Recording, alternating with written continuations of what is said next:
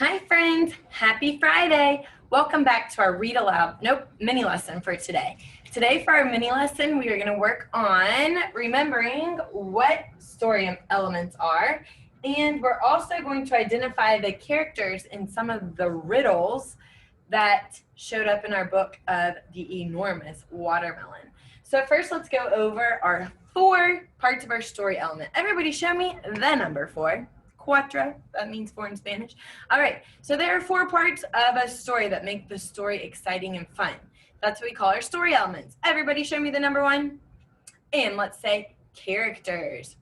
Let's sing our song for what a character is. A character's who's in the story. A character's who's in the story. A character's who's in the story. A character is who. So characters, very important. Also, number 2, show me the number 2 and say setting. Let's sing our song. Ready? The setting is when and where. The setting is when and where. The setting is when and where a story takes place. Very good. And number 3, there's always some kind of problem in the story that the character has. And then number 4, solution. Can you say that word with me? Solution. The character tries to find a solution to the problem, and maybe they don't end up finding one. So that also makes the plot twist and makes it exciting and fun.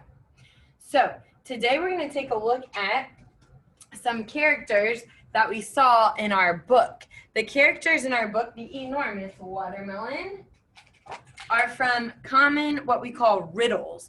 Riddles are like little rhyming poems that help us as learners, as readers, hear the rhythm of reading better. It's not like a robot.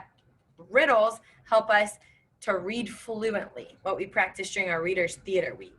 So the first character in our book, the character who actually planted the watermelon seed, is Old Mother Hubbard. So I'm going to read you Old Mother Hubbard's riddle. It says, Old Mother Hubbard went to the cupboard to give her poor dog a bone. But when she got in there, the cupboard was bare, and so the poor dog had none. Did you hear the rhyming words in that riddle? Miss Old Mother Hubbard got in her cupboard. That's like the pantry, right? And she noticed, there's nothing in here. So she couldn't give her dog a bone. All right, let's see what happens in Humpty Dumpty's riddle. Humpty Dumpty sat on a wall. Humpty Dumpty had a great fall. All the king's horses and all the king's men couldn't put Humpty together again. What is Humpty? An egg. So if he fell off the wall, what happened to him? He probably cracked, right? And could they put him together again? No.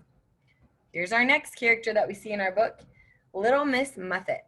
It says, Little Miss Muffet sat on a tuffet, eating her curds and whey.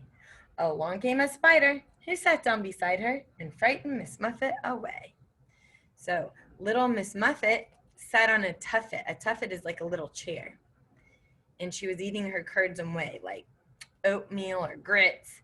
And then the spider came down, and what happened? The word frightened means scared. It scared her away. All right, our next characters are Jack and Jill. Jack and Jill went up the hill to fetch a pail of water.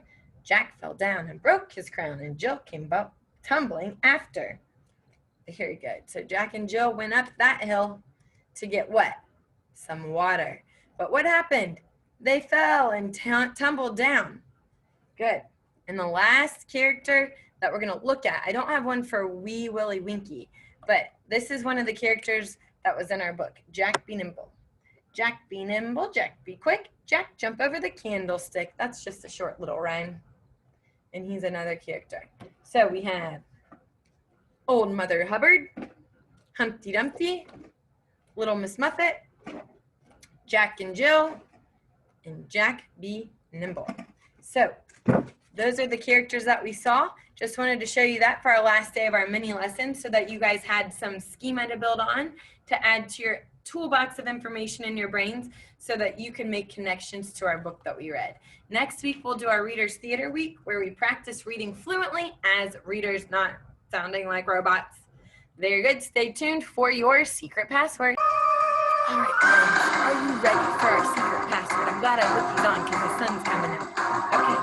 today's secret password is going to also be on the back of our checklist for today.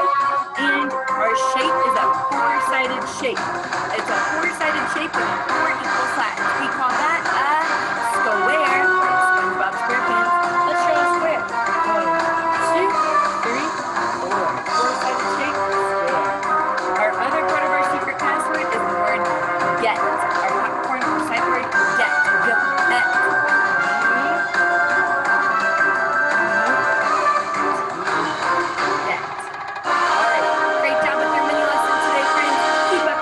I will see you on Monday for your next mini lesson.